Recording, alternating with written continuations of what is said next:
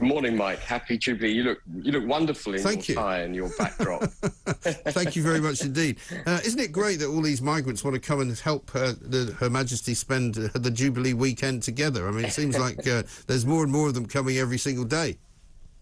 Yeah, well, I think the figures you just quoted probably under-egg the number of migrants coming across the Channel. I think we've had about 5,000 since the Rwandan plan was announced in April.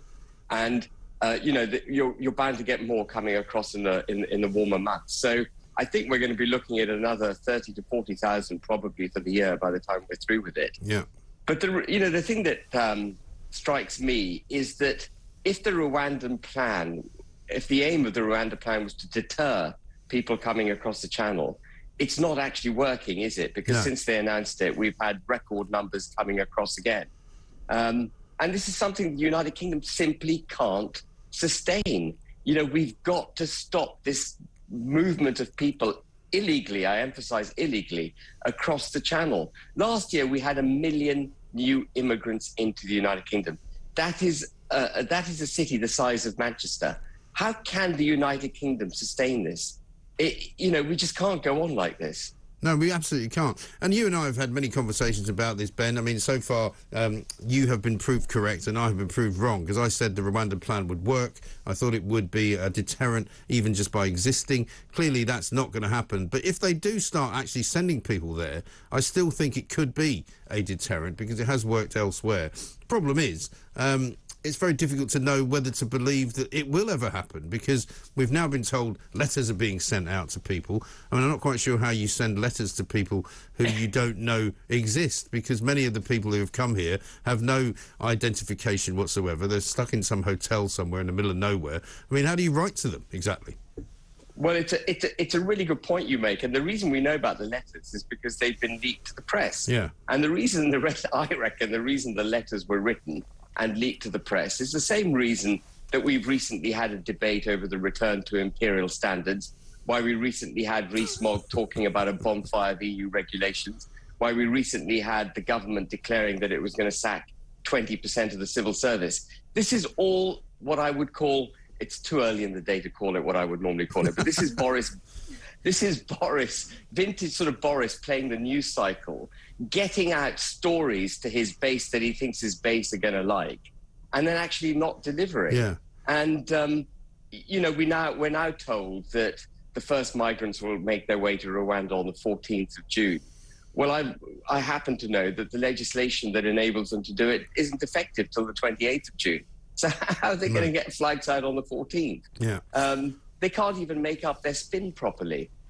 That's the trouble, isn't it? Emma, I mean, do you get the sense that we were talking earlier, Ben, about how, you know, Boris very much has sort of spent his final life, as it were, in terms of his ability to hang on in there, but they can't keep promising things and not delivering them, can they? Yeah, you were talking earlier about how Britain is a naval nation. My grandfather's ship's motto was acta non verba, which means actions, not words, and this government is clearly very verba non acta, because I think people are starting to recognise that they're all talk. The fact that, and I, like you, Mike, was a bit of a mug over the Rwanda plan, and I thought that maybe it would be a deterrent, but actually even the fact that they were only ever intending to send 300 people a year to Rwanda is going to deter absolutely no one, especially when you have all of the legal challenges that might prevent it from happening in the first place. Plus you have, you know, all of these visas that were issued last year, which were 145% higher than the previous year.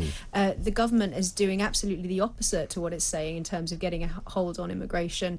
Things just seem to be chaotic and spiralling out of control, and as Ben says, he's absolutely right, this is completely unsustainable. I don't know at what point the fabric starts to tear, but there's no way that the British public are going to put up with this forever, because immigration is a really, really important issue that people care about.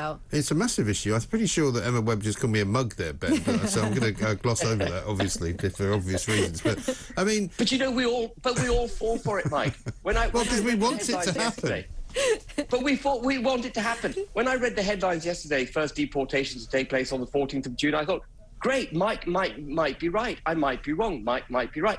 And then I started reflecting on it and realised, no, Ben, you stupid fool, you've just been taken in again. Right.